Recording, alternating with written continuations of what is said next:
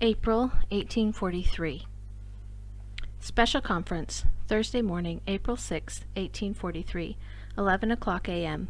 A special conference of the Church of Jesus Christ of Latter-day Saints was convened on the platform of the temple. There were present Hyrum Smith, Patriarch, Brigham Young, H.C. Kimball, Orson Pratt, Wilford Woodruff, John Taylor, George A. Smith, and W. Richards of the Quorum of the 12, and a very large assembly of the elders and saints. Elder Brigham Young announced that President Joseph Smith was detained on business, but would be present soon. He called upon the choir to sing an hymn. Elder Amasa Lyman opened by prayer, and another hymn was sung. Elder Orson Pratt then read 3rd chapter of the 2nd epistle of Peter, and spoke upon the subject of the resurrection. At 10 minutes before 12 o'clock, President Joseph Smith, Elder Sidney Rigdon, and Elder Orson Hyde arrived. At 12 o'clock, Elder Pratt gave way for the business of the conference. President Joseph Smith commenced by saying, "We all ought to be thankful for the privilege we enjoy this day of meeting so many of the saints, and for the warmth and brightness of the heavens over our heads, and it truly makes the countenances of this great multitude to look cheerily, and gladdens the hearts of all present."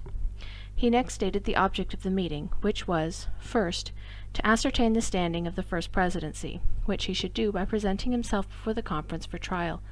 Second, to take into consideration the expediency of sending out the 12, or some of them, or somebody else, amongst the branches of the church, to obtain stock, to build the Nauvoo house, for the time has come to build it.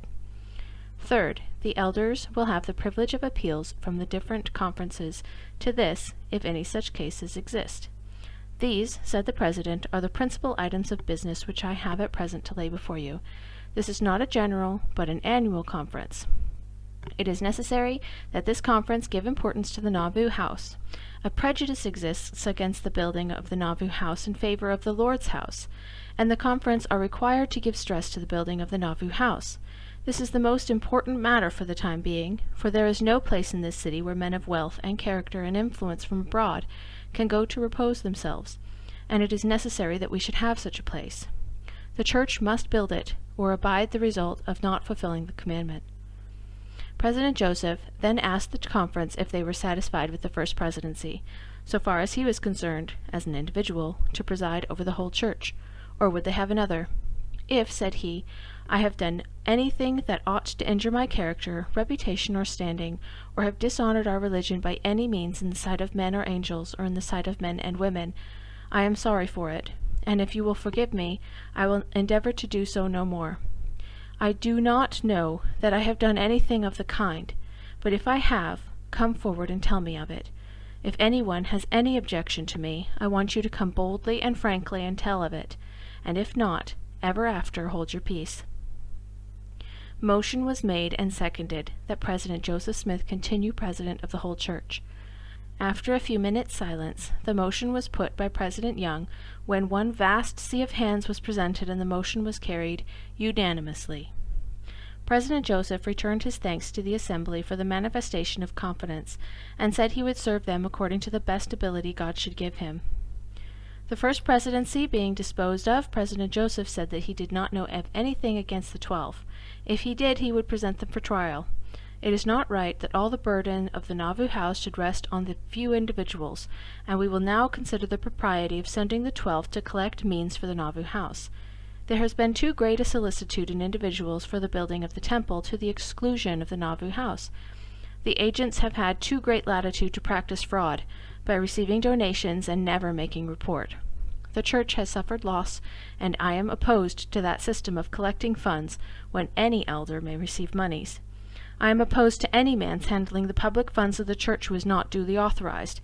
I advise that some means be devised for transacting business on a sure foundation. The 12 are the most suitable persons to perform this business, and I want the conference to devise some means to bind them as firm as the pillars of heaven, if possible. The 12 were always honest, and it will do them no hurt to bind them. It has been reported that they receive wages at $2 per day for their services. I have never heard this till recently, and I do not believe it. I know the 12 have never had any wages at all. They have fulfilled their duty, and they have always gone where they were sent, and have labored with their hands for their support when at home. If we send them into the world to collect funds, we want them to return those funds to this place, that they may be appropriated to the very purpose for which they were designed. I go in for binding up the 12, solid, putting them under bonds, and let this conference institute an order to this end, that the traveling expenses of the agents shall not be borne out of the funds collected for building these houses, and let no man pay money or stock into the hands of the 12, except he transmit an account of the same immediately to the trustee in trust, and let no man but the 12 have authority to act as agent for the temple and Nauvoo house. I would suggest the propriety of your saying that no money should ever be sent by any man except it be someone whom you have appointed as agent, and stop every other man from receiving moneys. It has been customary for any elder to receive moneys for the temple when he is traveling, but this system of things opens a wide field for every kind of imposition, as any man can assume the name of a Mormon elder and gather his pockets full of money and go to Texas. Many complaints have come to me of money being sent that I have never received.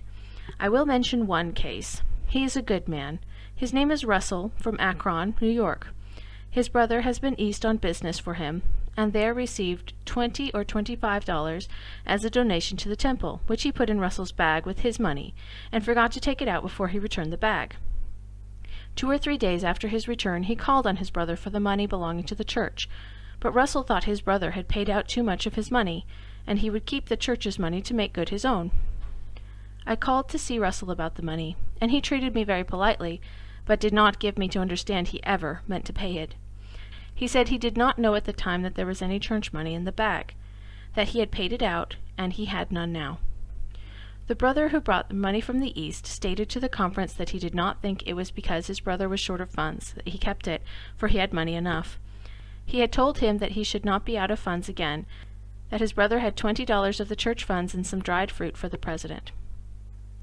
President Joseph resumed, I give this as a sample of 1,000 instances. We cannot give an account to satisfy the people on the church books unless something is done. I propose that you send your monies for the temple by the 12, someone or all, or some agent of your own choosing, and if you send others, the money is lost. 'Tis lost to yourselves. I cannot be responsible for it. Everything that falls into my hands shall be appropriated for the very thing it was designed for. Next, it is wrong for the church to make a bridge of my nose in appropriating church funds. The incorporation required of my securities, which were lodged in the proper hands as the law directs, and I am responsible for all that comes into my hands. Next, the temple committee are bound to me in the sum of $2,000 with good securities. If they appropriate any property where they ought not, they are liable to me for it, and the church are running to them with funds every day, and thus make a bridge over my nose. I am not responsible for it. If you put it into the hands of the temple committee, I, nor my clerk, know nothing of it.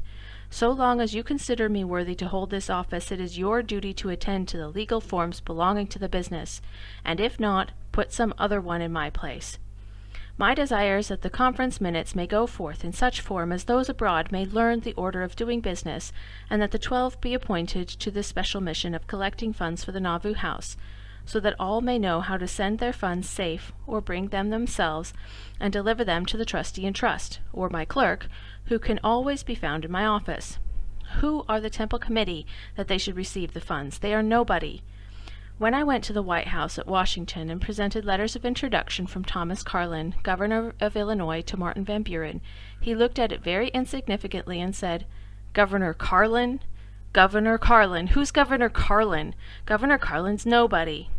I erred in spirit, I confess my mistake, and I here make apology to all the world, and let it be recorded on earth and in heaven that I am clear of the sin of being angry with Martin Van Buren for saying that Governor Carlin's nobody. I have been sorry for it ever since. All property ought to go through the hands of the trustee in trust. There have been complaints against the temple committee for appropriating church funds more freely for the benefit of their own children than to others, who need assistance more than they do, and the parties may have till Saturday to prepare for trial. It was then voted unanimously that the 12 be appointed a committee to collect funds to build the Nauvoo house and receive monies for the temple, with this proviso, that the 12 give bonds for the safe delivery of all funds coming into their hands belonging to the Nauvoo house and temple to the trustee in trust, and that the payer also make immediate report to the trustee in trust of all monies paid by him to the 12, and that the instructions of President Joseph Smith to the conference be carried into execution. Elder W. W. Phelps proposed that the 12 sign triplicate receipts for monies received for the benefit of the parties concerned.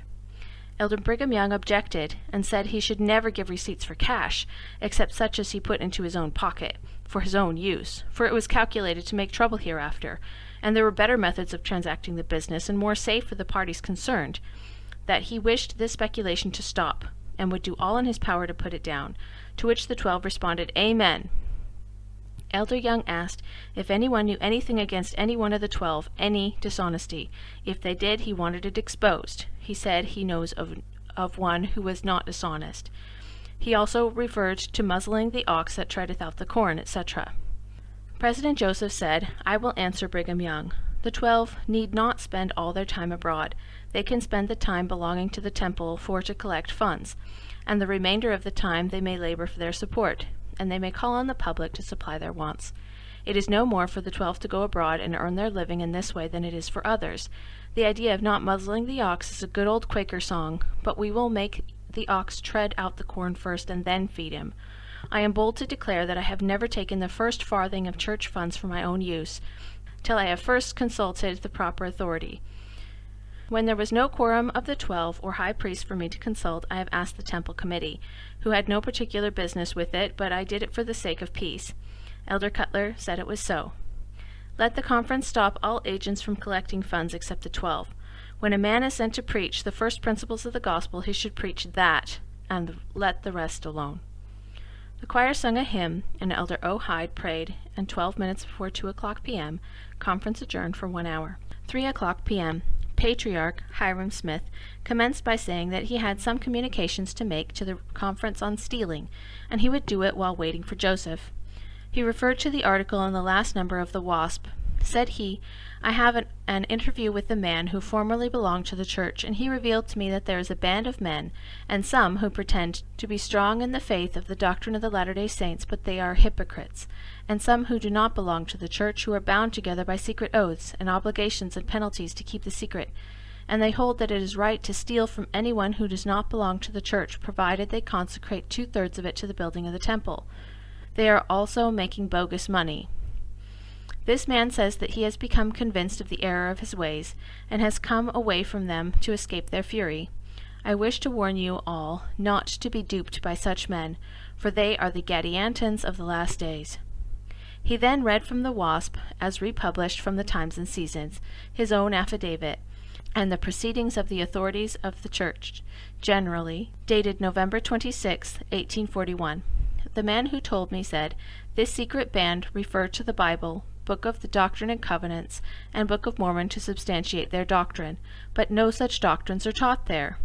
They say that it has been taught from this stand, that they are the little foxes that spoil the vines, and the first presidency under big foxes, and the big foxes wanted the little foxes to get out of the city and spread abroad, so that the big foxes might have a chance, which everyone knows is false. All these things are used to decoy the foolish and unwary. I will mention 2 names, David Hallman and James Dunn. They were living in my house. I went to them and asked them if they were stealing for a livelihood. Hallman confessed that he had stolen from the world, not from the brethren. I told them to get out of my house. David asked me to forgive him, and he lifted his hands towards heaven and swore if I would forgive him, he would never do so again. Soon after he went to Montrose, where he was found stealing salt, as is currently reported. He then stole a skiff and came across the river, stole a barrel of flour that had been landed from a steamer, rowed down the river to Keokuk, and sold the flour for $2, saying he had picked it up in the river, and was likely a little damaged, got his pay, and went his way. Dunn would not promise to quit stealing. He said he would go to St. Louis. I tell you today, the man that steals shall not long after be brought to the penitentiary. They will soon be brought to condign punishment. I demand in the presence of God that you will exert your wit and your power to bring such characters to justice. If you do not, the curse of God will rest upon you. Such things will ruin any people. Should I catch a Latter-day Saint stealing, he is the last man to whom I should shew mercy. President Joseph Smith said, I think it best to continue this subject. I want the elders to make honorable proclamation abroad concerning what the feelings of the First Presidency is for stealing has never been tolerated by them. I despise a thief above ground. He would betray me if he could get the opportunity. I would know that he would be a detriment to my cause, and if I were the biggest rogue in the world, he would steal my horse when I wanted to run away. It has been said that some were afraid to disclose what they know of these secret combinations. Consequently, I issued a proclamation, which you may read in the WASP No. 48, which the President read. Proclamation to the citizens of Nauvoo. Whereas it appears, by the republication of the foregoing proceedings and declaration, that I have not alterated my views on the subject of stealing, and whereas it is reported that there now exists a band of desperadoes, bound by oaths and secrecy, and under severe penalties in case any member of the combination divulges their plans of stealing and conveying properties from station to station, up and down the Mississippi and other routes, and whereas it is reported that the fear of the execution of the pains and penalties of their sacred oaths on their persons prevents some of the members of said secret association, who have, through falsehoods and deceit, been drawn into their snares, from divulging the same to the legally constituted authorities of the land. Know ye, therefore, that I, Joseph Smith, Mayor of the City of Nauvoo, will grant and ensure protection against all personal mob violence to each and every citizen of the city who will freely and voluntarily come before me and truly make known the names of all such abominable characters as are engaged in said secret combination for stealing, or are accessory thereto in any manner, and I would respectfully solicit the cooperation of all ministers of justice in this and the neighboring states to ferret out a band of thievish outlaws from our midst. Given under my hand at Nauvoo City, this 25th day of March, A.D. 1843, Joseph Smith, Mayor of said city. If any man is afraid to disclose what he knows about this gang of thieves, let him come to me, and tell me the truth, and I will protect him from violence. Thieving must be stopped. Opportunity was then offered to the elders to bring forth their appeals from other conferences, but no case was presented. President Joseph continued his remarks and said, "It is necessary that I make a proclamation concerning Keokuk, and also in relation to the economy of the church on that side of the river. It has been supposed that I made a great bargain with a certain great man at Keokuk. He came to my house on the 1st of August, 1842, a stranger, and put on a long face and said he was a stranger in the place, and he was in distress, and having understood that I was very benevolent, he had come to me for help. He said that he was about to lose $1,400 at sheriff's sale for $300 cash. I have money in St. Louis which I expect in 2 or 3 days, but the sale takes place tomorrow, and I want to hire money for 2 or 3 days. I thought of this subject overnight. I did not like the looks of the man, but, thought I, he is a stranger. I have been a stranger in a strange land, and whenever I have asked for assistance I have obtained it. It may be he is an honest man, and if I turn him away, I shall be guilty of the sin of ingratitude, and I had better lose $200 in good faith than be guilty of ingratitude. So I let him have the money, and he gave me his note payable on demand, saying, "Whenever you call on me, you shall have the money." When I was taken with Carlin's writ, I asked him for the money. "You ought to have it," said he, "but I have not got my money from St. Louis. I shall have it in a few days." He then stated, "I have a curious plan in my mind, which I think may be profitable for both you and me. It is this. I will give you a quit-claim deed of all the land you bought of Galland, which is 20,000 acres. You paid the Galland notes, and ought to have them. They are in my hands as his agent, and I will give them up. I also propose deeding to you 1/2 of my right to all my land in the Iowa Territory. And all I ask in return is for you to give your influence to help build up Keokuk." I replied, "I have not asked for your property, and I do not want it. I would not give a snap of my finger for it. But I will receive the papers, and if I find things as you say, I will use my influence to build up Keokuk. But I will give you nothing for the land, and I want the $200 which is due me." He made out the deeds and gave them to me, and I got them recorded. He also gave up most of the notes. I then said to Uncle John, "If you will go there with the brethren, I will give you the property," but he did not accept it. This man called for some more favors, and I let him have some cloth, etc., to the amount of $600 or $700. I have offered this land to many if they would go and settle there, but nobody will go.